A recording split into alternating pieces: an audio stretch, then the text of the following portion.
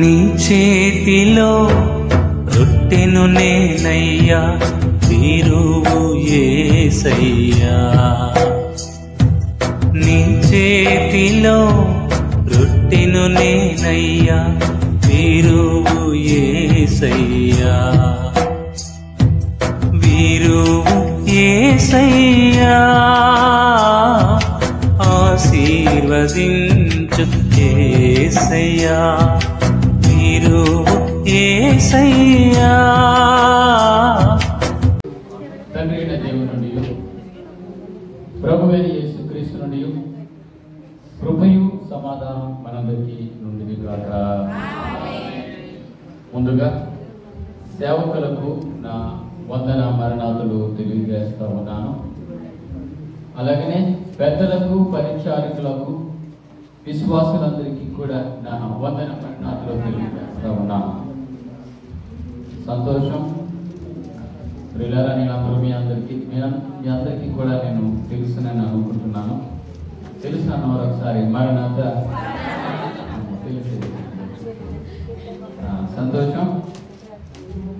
ప్రియులారా, ఇది నాకు ఎంతో సంతోషంగా ఉంది. ఎందుకంటే ఇది నా ఒక ప్రత్యేకత. అందరూ కూడా ఒక పండగ వాతావరణం. దేవునికి స్తోత్రం.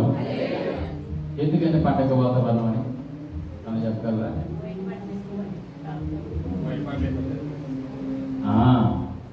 ఈ దినం ప్రత్యేకత ఏంటంటే ప్రతి నెలలో చివరి శుక్రవారపు దినాన్ని ప్రభు సంస్కారపు ఆరాధన, అనంతరం ప్రభు సంస్కారపు విందు ఉంటుంది కనుక దీన్ని మనం ఎంతగానో ఒక పండుగలాగా అందరూ కూడా, మీరు చెప్పినట్లుగా అందరూ కూడా తెల్ల వస్త్రాలు చక్కగా ధరించారు. అయితే ఇంకా కొంతమంది అయితే ఉపవాసం ఉండి కూడా ఈ దినము కొరకు సిద్ధపడి ఉన్నవారు ఉన్నారు. కొంతమందికి సెలవులు లేనప్పటికీ కూడా ఈ ప్రభు సంస్కార విందులో ఖచ్చితంగా నేను పాలు పంపులు ఉండాలనే ఆకాంక్ష, దేవుని ప్రేమను బట్టి వారందరూ కూడా రావడం కూడా జరిగింది. అందును బట్టి ఒకసారి గట్టిగా చప్పట్లు కొట్టి దేవుని మేము పడతాం. వారందరిని బట్టి కూడా నేను ఎల్లప్పుడూ దేవుని స్తుతిస్తా ఉన్నాను. ప్రియులారా, ఒక వచనాన్ని మనము చదువుకొని అపోస్తుల కార్యాలు 2వ అధ్యాయము 42వ వచనం. వీరు అపోస్తుల బోధ యందును సహవాసమందును రొట్టె విరిచిటి యందును ప్రార్థన చేయుటి యందును ఎడతెగక యుండురి. ఈ చదవబడిన లేఖన భాగంలో మన వినికుడిలో ఆయన ఆత్మ ద్వారా మన దీవించునుగాక. తల్ల వంచండి, చిన్న ప్రార్థన. మహాపరిశుద్ధుడు, మహాగణమైన మా తండ్రి, మీ ఉన్నతమైన నామములకు లెక్కలేని వందనాలు, స్తోత్రాలు చెల్లించుకుంటున్నాం. అయ్యా, ఈ శుక్రవారపు దినాన మేమందరము కూడా ఇటు రీతిగా మీ సన్నిధిలో కూడుకునటానికి, అయ్యా ఈ నెలలో చివరి శుక్రవారము ప్రభు సంస్కారపు ఆరాధన, ప్రభు సంస్కారపు విందులో పాలు పంపులు మేము ఉండటానికి, ఈ యొక్క సంస్కార విందులో మేమందరము కూడి ఉండటానికి మీరు ఇచ్చిన గొప్ప ఈ యొక్క అవకాశాన్ని బట్టి మీకు వందనాలు చెల్లించుకుంటున్నాం. ఇదిగో తండ్రి, విందుతున్న వాక్యాన్ని బట్టి వినగల చెవులను, గ్రహింపగల మనసును మా అందరికీ దయచేస్తారని యేసు పరిశుద్ధ నామమున అడుగుచున్నాం తండ్రి. ఆమేన్. మరణాత మరణాత. ప్రియులారా, సంతోషం. ఈ దినాన ప్రత్యేకించి ప్రభు సంస్కారపు ఆరాధన మనం అందరూ కూడా పాల్గొనటానికి దేవుడు కృపనిచ్చి ఉన్నారు. సంతోషం. గత ఈ యొక్క మాసంలో ఇంచుమించు 2 మెసేజ్లు నేను మిస్ అయ్యి ఉన్నాను. 7వ తారీఖున, 21వ తారీఖున ఈ 2 శుక్రవారాలు నేను రాలేకపోయి ఉన్నాను. కొన్ని అనివార్య కారణాల వలన మీరందరూ నన్ను క్షమించాలి. ప్రియులారా, మన సంఘ కాపరులు వారు సెలవుల నిమిత్తము వారి ఇదే దేశానికి వెళ్ళటానికి వారికి దేవుడు వారికి క్షేమకరమైన ప్రయాణాన్ని ఇచ్చి ఉన్నారు. ఈ ఉదయకాలమే వారితో మాట్లాడడం జరిగింది. అందును బట్టి వారికి, మీ అందరికీ కూడా నా వందన మరణాతులు మరొకసారి తెలియజేస్తా ఉన్నా. ప్రియులారా, కొద్ది నిమిషాలు ఇంకా మనకి చాలా కార్యక్రమాలు ఉన్నాయి. సహోదరులు ఇంకా మనకి చక్కటి ప్రేమ విందు కూడా వారు ఏర్పాటు చేసి ఉన్నారు.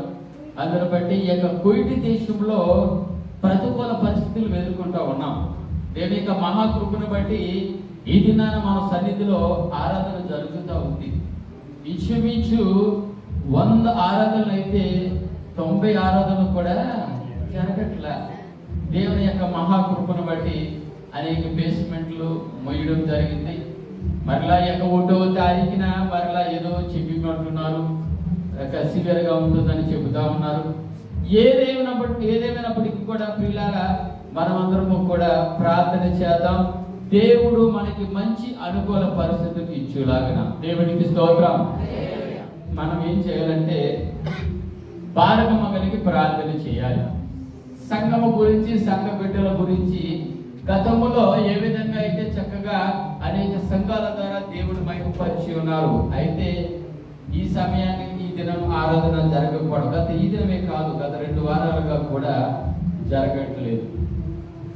దేవుడు కృపనిస్తే వారికి మంచి ప్రేమని కలెక్ట్ చేసి క్రైస్తవుల మీద, ఆరాధనల మీద, జరగబోతున్న అనేక స్థలాల మీద దేవుడు మంచి కృపనిచ్చేలాగన మనమందరం కూడా భారం కలిగి ప్రార్థన చేయాలి. అవునంటారా? ప్రతి ఒక్కరు కూడా భారం కలిగి సంఘం కొరకు ప్రార్థన చేయాలి. దేవుడు మహిమపరచబడాలి. దేవునికి స్తోత్రం. మన వాక్యంలోనికి వెళదాము. కొద్ది నిమిషాలు వాక్యాన్ని మనం ధ్యానించుకుందాం. పరిశుద్ధ గ్రంథంలో చూస్తే ప్రియులారా, అపోస్తుల దగ్గర నుండి సంఘం ఎలా ఏర్పడింది? మొదట అపోస్తుల దగ్గర నుండి సంఘం ఎలా ఏర్పడింది? అపోస్తులైన పౌలు గారు ఆయన పరిశుద్ధాత్మతో నింపబడి ఆయన యేసు ప్రభువుని గురించిన సువార్త ప్రకటిస్తున్నప్పుడు అనేక మంది, ఇంచుమించు 3000 మంది వారు మారు మనసును పొంది పశ్చాత్తాపంతో వారు బాప్తిసం తీసుకున్నట్లుగా మనం లేఖన భాగంలో చూడగలుగుతా ఉన్నాం. వారిచే ఏర్పడిన సంఘమే ప్రారంభ సంఘము. దేవునికి స్తోత్రం.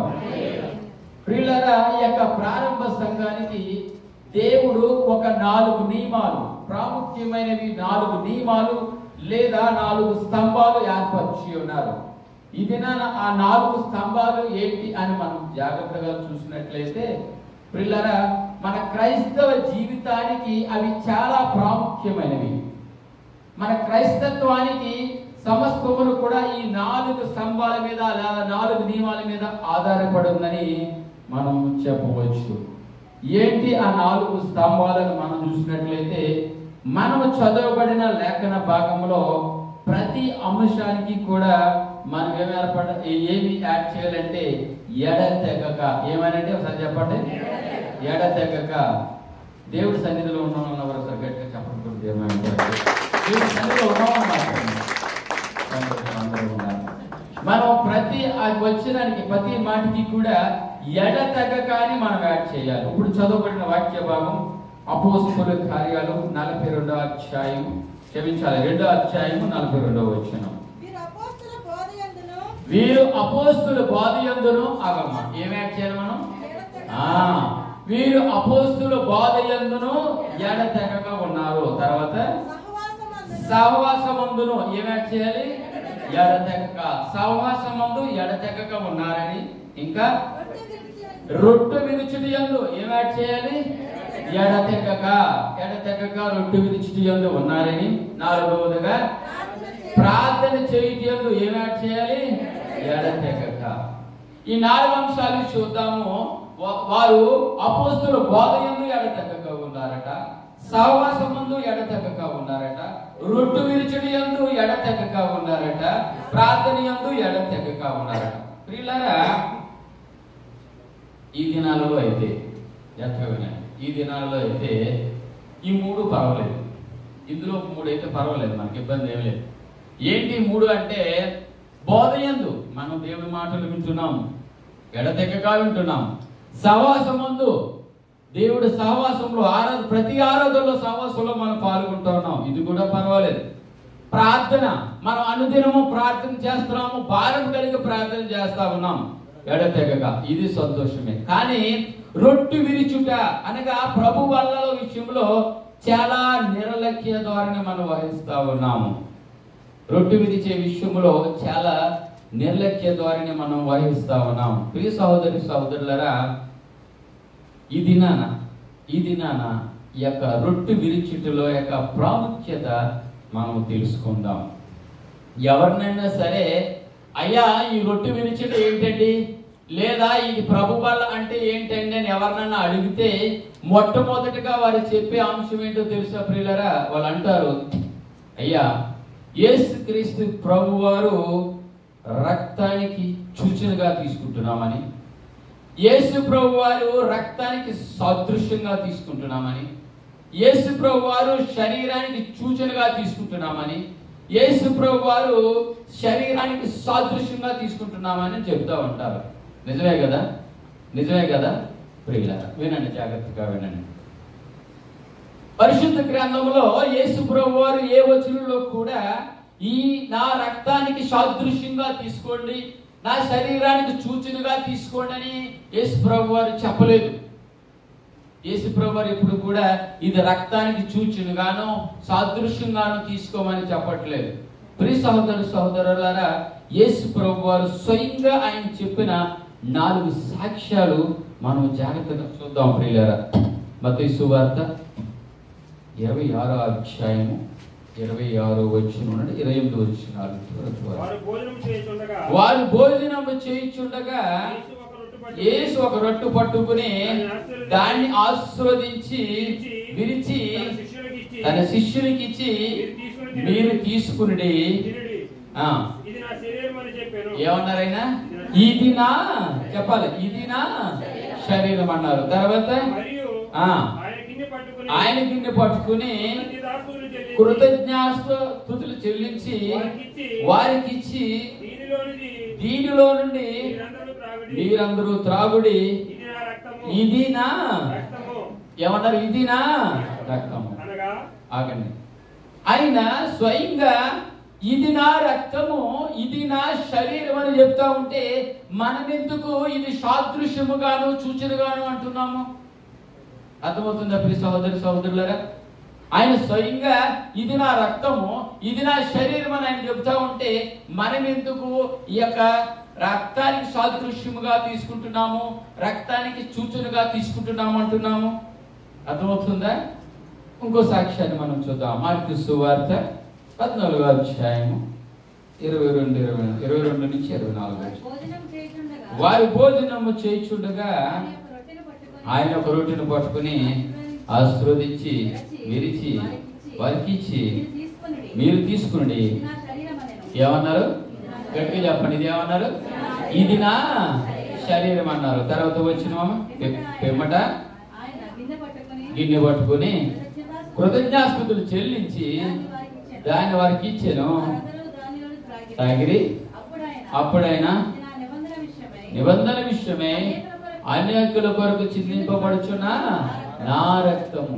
ఇక్కడ కూడా ఆయన సూచనగాను సాదృశ్యంగాను అన్నట్లే ఏమంటున్నారు? ఈయన ఇది నా రక్తము, ఇది నా శరీరం అంటున్నారు. అవునంటారా? ఇంకో సాక్ష్యాన్ని చూద్దాము. లూకాసు సువార్త 22వ అధ్యాయము 19 నుండి 20 వచనాలు. మనకి అర్థం అవడం కొరకు ప్రియులారా ఇంకా చాలా ఉన్నాయి, కానీ ఒక 4 మనం చూద్దాం. లూకాసు సువార్త 22వ అధ్యాయము 19వ వచనం నుండి 20వ వచనం వరకు. లూకాసు సువార్త పిమ్మట ఆయన ఒక రొట్టె పట్టుకుని కృతజ్ఞాస్తుతులు చెల్లించి,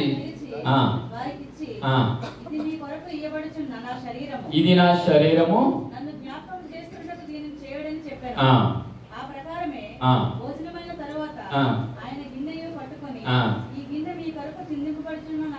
ఇది నా రక్తము. ఆ రక్తం వలన కొత్త నిబంధన. 1 కొరింథీ ఇంకో 4వ సాక్ష్యం. యేసు ప్రభువు స్వయంగా చెప్పిన ఈ 4 సాక్ష్యాలు మనం విందాం. చివరిగా 1 కొరింథీ 14వ అధ్యాయము 24-25 వచనాలు. దానిని విరిచి నా శరీరము,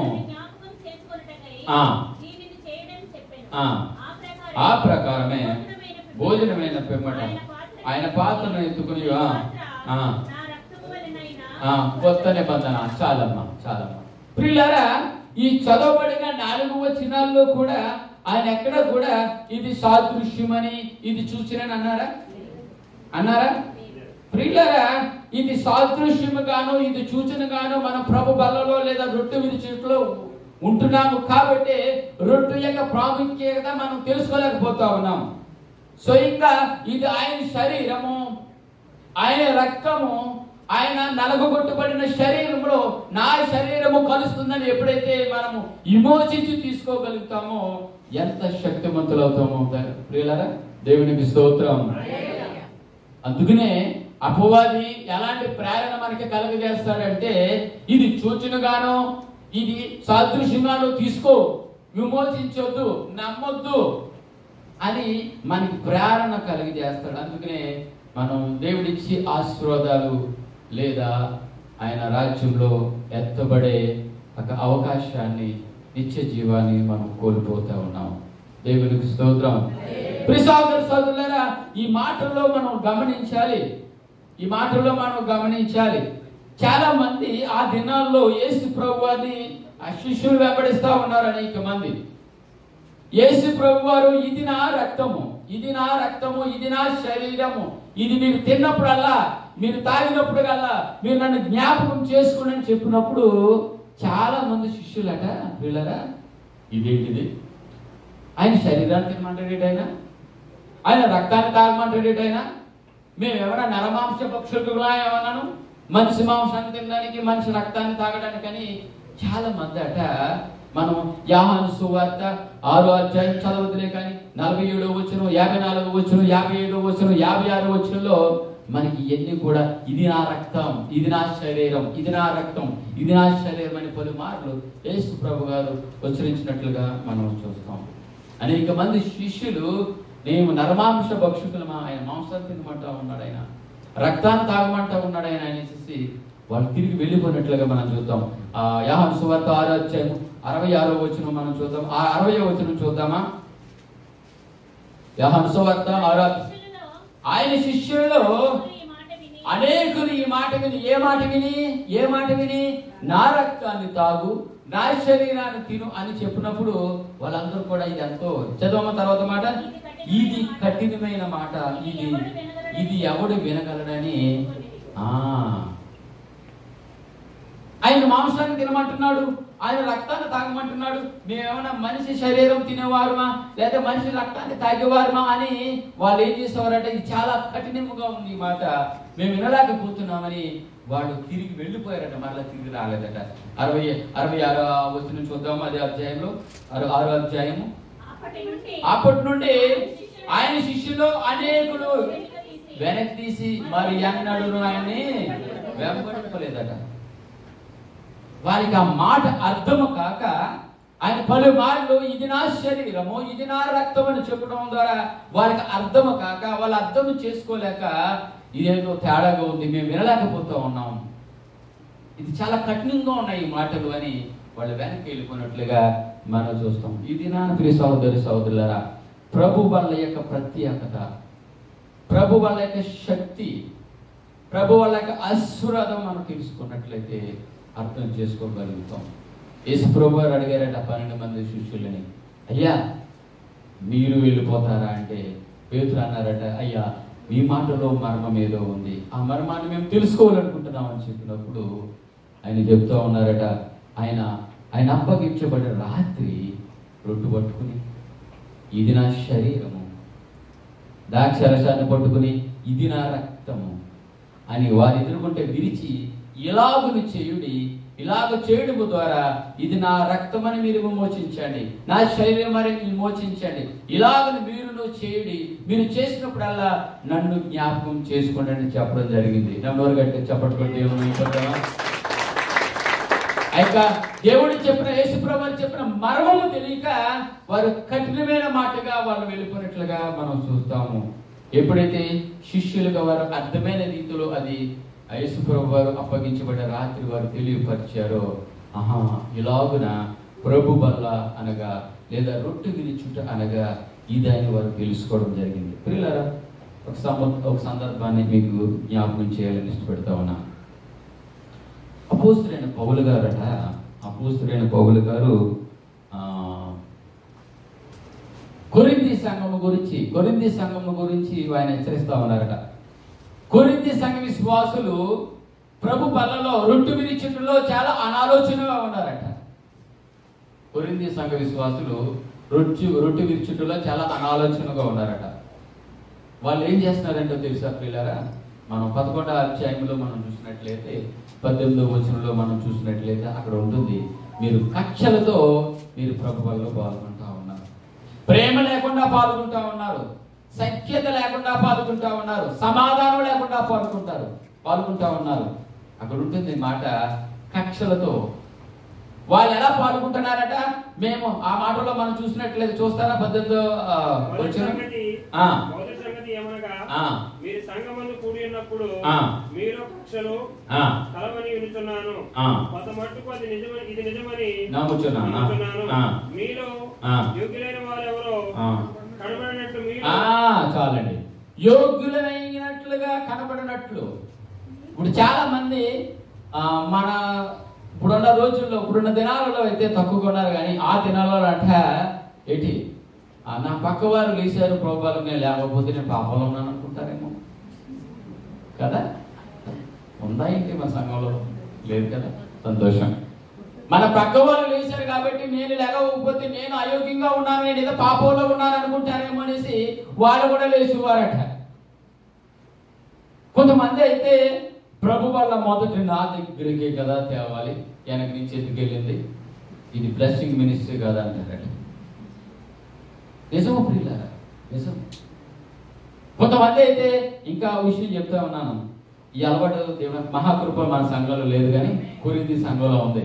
ఏంటిదంటే వాళ్ళ ప్రభు వాళ్ళు తీసుకొచ్చినప్పుడట గుంపులుగా కలబడి లాగేసుకుంటూవారట, లాగేసుకుని తినేసేవారట. అది ఎలా? ప్రభు వల్ల కాదట. మధ్యాహ్నం భోజనం లాగానో రాత్రి భోజనం లాగానో మళ్ళా మనకు దొరుకుతుందో దొరకలేనట్టు చివర ఉన్నారు, భాష ఉన్నాడా ఏంటి, అక్కడి నుంచి పరిగెట్టుకు వచ్చి రొట్టె లాగేసుకున్నాడు. భాష నువ్వు కాదు, నేను చెప్తా ఉన్నాను. అంటే అటు రీతిగా గుంపులుగా వచ్చి అలా లాగేసుకుంటూవారట, మిగిలిన ఉండేది కాదట. అంటే ప్రభు వల్ల యొక్క ప్రాముఖ్యత వాళ్ళకి తెలియదు. మన సంఘంలో ఒక రొట్టె 100 మందికి మనం దాన్ని ఏం చేస్తాం, రొట్టె విరిచిట్లో ప్రాముఖ్యంగా తీసుకుంటాం. ఆ దినాల్లో కొరింథీ సంఘంలో అటు రీతిగా కాదట. ఎవరైనా ప్రభు వల్ల తేడం ఇంచుమించు మన ఏ కృష్ణపర్ గారు తెచ్చారు అనుకోండి, ఇలాగా ప్రభు వల్ల రంభము అన్నారు అనుకోండి, అలాగే ఎత్తుకొచ్చి ఎలా కూర్చులో లాగేసుకుని తినేసేవారట. పిల్లరా, అందులో బట్టి అపోస్తలుడైన పౌలు గారు చెప్తున్నారు, మీరు అయోగ్యంగా ఉన్నట్లుగా నటిస్తా ఉన్నారు. మీరు కఠినముగా మీ యొక్క మనసును కక్షలు కార్పణ్యాలతో ప్రభువుల్లో ఉంటున్నారు, ప్రేమ లేకుండా ప్రభువుల్లో ఉంటున్నారు, సమాధానం లేకుండా ప్రభువుల్లో ఉంటున్నారు, సంఖ్యత లేకుండా మీరు ప్రభువుల్లో ఉంటున్నారు పిల్లరా అని అపోస్తలుడైన పౌలు గారు ఆ యొక్క కొరింథీ సంఘాన్ని హెచ్చరిస్తూ ఉన్నారట. నిజమే ప్రియులారా, ఈ దినాలలో కూడా నిజంగా ఈ మాట చెప్పడానికి నాకు ఇబ్బంది అయినప్పటికీ కూడా తెలియపరచాలి కాబట్టి తెలియపరుస్తూ ఉన్నాను. దౌర్భాగ్యమైన పరిస్థితి ఏంటో చెప్పమంటావా? అనేక సంఘాలలో జరుగుతున్న ఈ యొక్క సాంప్రదాయం ఏంటో తెలుసా? వాడు మన కులమైతే చాలు, సేవకుల దగ్గర నుండి స్థాపకుల వరకు కూడా వాడు మన కులమైతే చాలు, వాడు ముందు పెట్టాలి. లేదంటారా? వాడిని ముందు పెట్టాలా? వాడికి బైబిల్ గ్రంథంలో ఒక వచనం కూడా చూడమని చెప్పలేదు. అయినప్పటికీ కూడా వీడు మన కులం వాడు కాబట్టి వీడు ముందుండాలనే దౌర్భాగ్యమైన ఒక కుల గజ్జితో కలిగిన వారు ప్రభు వాళ్ళు ఇచ్చేవారు అలాగున్నారు, తీసుకునే వారు కూడా అలాగే ఉన్నారు. అంత దౌర్భాగ్యమైన పరిస్థితికి వెళ్ళారా? ప్రభు వాళ్ళ యొక్క రొట్టె విరిచిటి యొక్క పవిత్రత వారు తెలుసుకోలేకపోతా ఉన్నారు. ఇంకా ఆ వచనంలో మనం చూసినట్లయితే అపోస్తలుడు గారు పౌలు గారు ఏమంటున్నారంటే, ఇదంతా మీరు చూడండి, మీరు చేస్తున్నారు చూసారా, మీరు మనసున పశ్చాత్తాపం లేకుండా, సమాధానం లేకుండా, ఇతరులు ప్రేమించకుండా, మీరు కక్షలతో కార్పణ్యాలతో ప్రభువులో పాల్గొనకపోవడమే మంచిది. ఇది మీకు కీడే కానీ మేలంత మాత్రము కాదని ఆ యొక్క 11వ అధ్యాయంలో మనకి అపోస్తలుడైన పౌలు తెలియపరుస్తూ ఉన్నారు. 1 కొరింథీ 11వ అధ్యాయంలో ఇది మీకు కీడికే, మేలు మాత్రం ఎంత మాత్రము కాదు ప్రియులారా.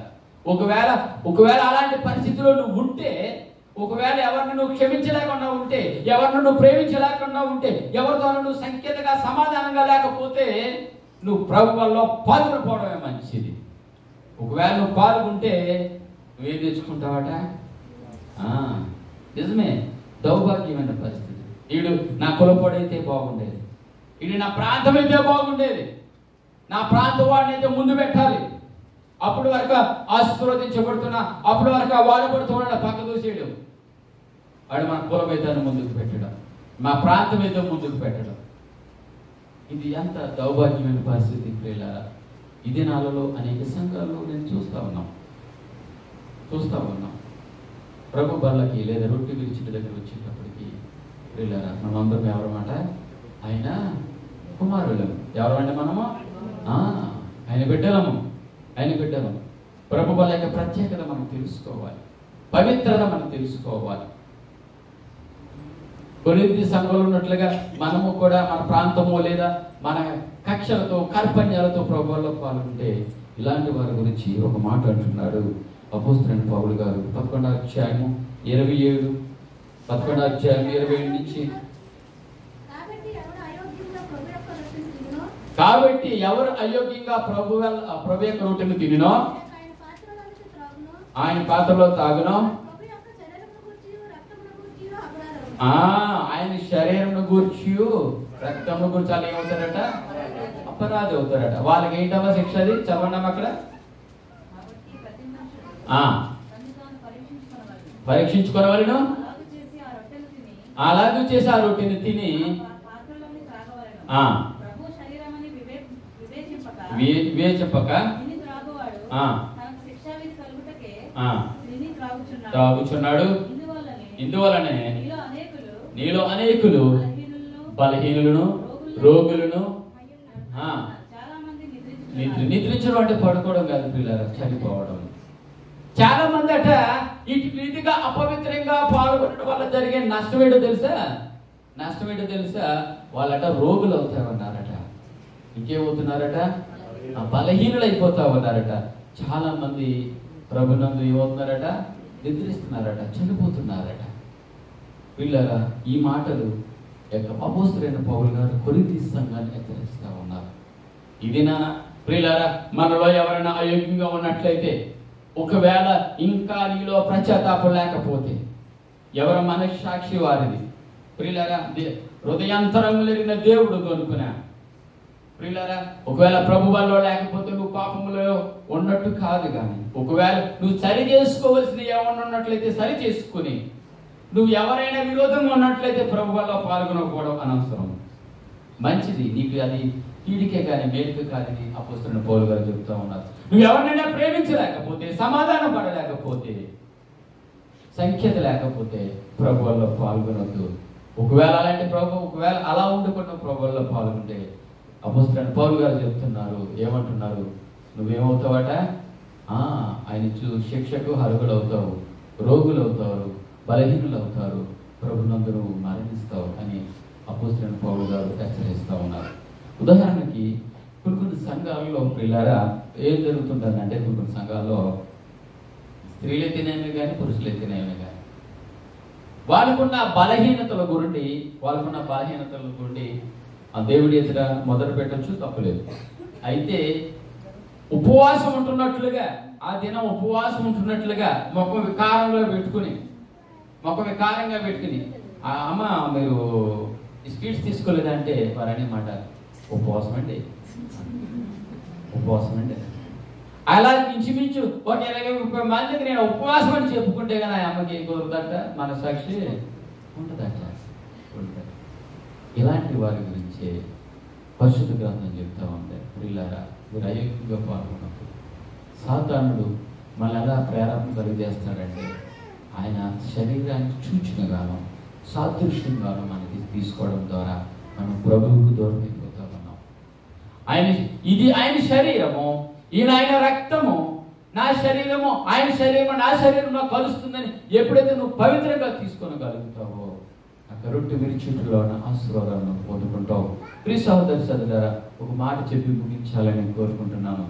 ప్రియులారా, మనకు ఒక సందేశం ఉండవచ్చు. ఏంటంటే, అయ్యగారు మీ రొట్టె గురించి లేదా ప్రభుబల గురించి, రొట్టె గురించి ఎంత గొప్పగా చెప్తా ఉన్నారు కదా. మరి రొట్టె మన వంటగదిలోనే కదండి తయారవుతుంది. ఈ డౌట్ కూడా లేని వాళ్ళు లేరు. వంటగదిలో కదండి అయ్యో తయారవుతుంది. మనోళ్ళే కదా సార్ ఆ పిండి పిసికి తయారు చేస్తారు. దానికి ఇంత పవిత్రత అని మీరు అనుకోవచ్చు. దేవునికి స్తోత్రం. ఉంది, డౌట్ ఉంది, మౌనంగా ఉన్నారు. మంచిది, తెలుసుకోవడం మంచిది. పిల్లరా జాగ్రత్తగా వినండి.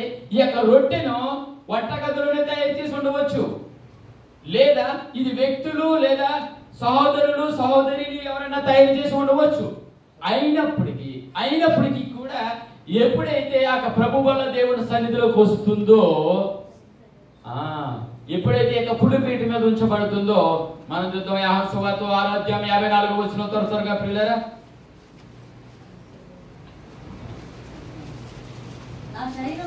నా శరీరం తిని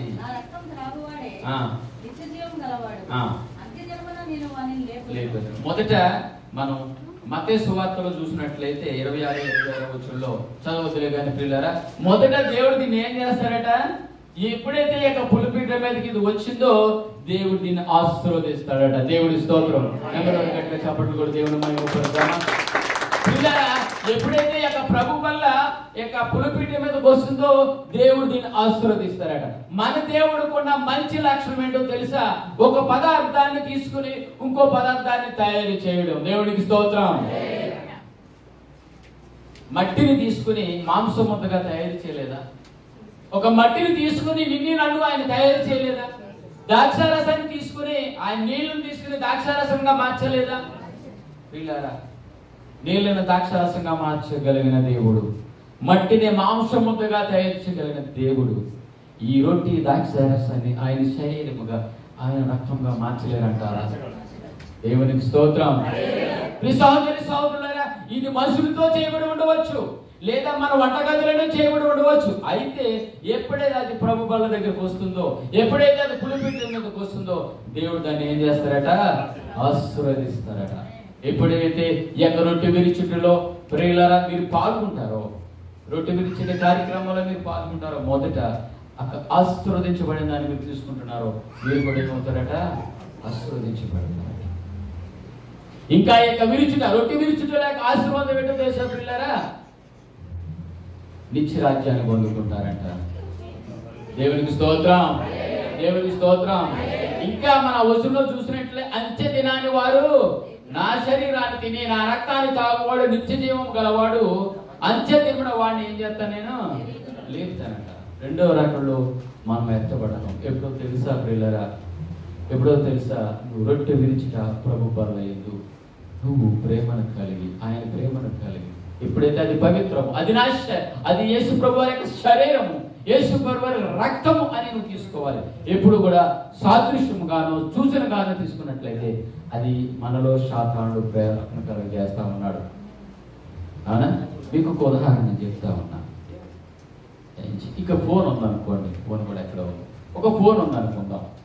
ఆ ఫోన్లో ఇది ఒక ఫోన్ అనుకుందాం, ఇది ఒరిజినల్ ఐఫోన్ అనుకుందాం, ఇది వాటర్ పట్టలేమా ఐఫోన్ అనుకుందాం. దీన్ని చూసి ఒక చైనా ఫోన్ తయారు చేశారు. చైనా ఫోన్ తీసుకొచ్చి ఇది ఐఫోన్ ఒరిజినల్ ఫోన్ సాదృశ్యంగా చూసిన కానం అనుకోండి, 300 కొంటావా నువ్వు? ఎందుకని అగో ఎవరన్నా డూప్లికేట్. ఎప్పుడైతే నువ్వు సాదృశ్యంగానో సూచనగానో ప్రభు వల్లకి వస్తావో నువ్వు ఎవరట చెప్పాలి, మీరే చెప్పాలి. డూప్లికేట్ అట. దేవుడికి స్తోత్రం. ఒరిజినల్ నువ్వు ఎప్పుడవుతావు? ఆయన రక్తము నా రక్తంలో కలుస్తుంది, ఆయన శరీరము నా శరీరంలో కలుస్తుంది. ఎప్పుడైతే నువ్వు విమోచించి తీసుకోగలుగుతావో ప్రియులారా, నువ్వు ఆశీర్వదించబడతావు, నిత్య దీవాన్ని పొందుకుంటావు, రాకడలో నువ్వు ఎత్తబడతావు. ఇలాంటి కృప మీ అందరికీ ఉండాలని పరిశుద్ధ దేవుని కోరుకుంటా ఉన్నా. తలలో వంచండి, చిన్న ప్రార్థన. అలాగనే ప్రతి ఒక్కరు కూడా ప్రియులారా ఒక్క నిమిషం అయిపోతుంది సార్, ఒకే ఒక్క నిమిషం మనం జరుగుతున్న ప్రతికూల పరిస్థితుల గురించి కూడా మనం అందరూ ఎవరు మౌనంగా ఉండదు ప్రియులారా. స్తోత్రములు తండ్రి, స్తోత్రం. ఎవరు మౌనంగా ఉండదు ప్రియులారా. ఇదిగో తండ్రి, ఈ దినాన ప్రభు సంస్కార విందు ద్వారా తండ్రి, ప్రభు వాళ్ళ కార్యక్రమము ద్వారా కొద్ది నిమిషాలు వాక్యం ద్వారా మమ్మల్ని హెచ్చరింప చేసావు తండ్రి. అయ్యా ఇప్పటి వరకు మేము సూచన గానో సాదృశ్యం గానో ప్రభు వల్ల పాల్గొంటా ఉన్నామేమో. అయ్యా ఇక్కడి నుంచి నీ శరీరం అని విమోచించటానికి, నీ రక్తం అని మేము విమోచించటానికి, తద్వారా నువ్వు ఇచ్చి ఆశీర్వాదాలు పొందుకునటానికి, అయ్యా నిత్య జీవాన్ని పొందుకునటానికి, అలాగే తండ్రి నీ రాకడ సంఘంలో మేము ఎత్తబడటానికి సహాయం దయచేయండి. ఇదిగో తండ్రి అయ్యా అనేక సంఘాలు ఈ దినాన మూతపడి ఉన్నాయ్యా. అనేక సంఘాల ద్వారా నువ్వు స్తుతింపబడుతూ ఉన్నావు తండ్రి. గట్టిగా బిగ్గరగా ప్రార్థన చేద్దాం పిల్లలు. అయ్యా ఇదిగో నువ్వు స్తుతింపబడుతూ ఉన్నావు తండ్రి. అయితే గత 2 వారాలుగా తండ్రి ప్రభు ఆరాధనలు జరగట్లేదు. ఈ యొక్క ప్రతికూల పరిస్థితులను మార్చుకోవడం నీకు వందనాలు తండ్రి. అయ్యా తండ్రి ప్రభు ఈ యొక్క మహమ్మదీయుల దేశంలో మీరు ఇచ్చిన ఈ యొక్క అనుకూల పరిస్థితులు బట్టి నీకు వందనాలు తండ్రి. కృప చూపించండి అయ్యా. వారికి దయగల మనసును దయచేయండి, ప్రేమ గల మనసును దయచేయండి. అయ్యా మేమందరం ఇటు రీతిగా కూడుకోవటానికి తండ్రి వారికి మంచి అవకాశాన్ని మాకు మంచి అవకాశాన్ని ఇవ్వటానికి సహాయం దయచేయండి. అయ్యా నువ్వు మాట్లాడితే మా పరిస్థితులు మారిపోతాయి తండ్రి. అయ్యా నువ్వు మాట్లాడితే మా స్థితిగతులు మారిపోతాయి తండ్రి. అయ్యా నీకు అసాధ్యం అంటూ కూడా ఇది లేదు. సమస్తమును సాధ్యపరిచే దేవుడు అయ్యా. అయ్యా కఠినలో మనసుతో సహా నువ్వు మార్చగలిగే దేవుడు. సహాయం దయచేయండి. అందరికీ అయోగ్యంగా కానునివ్వటానికి రాజులు సైతమును అయ్యా తండ్రి ప్రభు పెద్దల సైతము అధికారుల మనసును మార్చగల దేవుడు కనుక సహాయం దయచేస్తాను. యేసు పరిశుద్ధ నామమున అడుగుచున్నాము తండ్రి. ఆమేన్. అందరికీ మరణంతా. Thank you.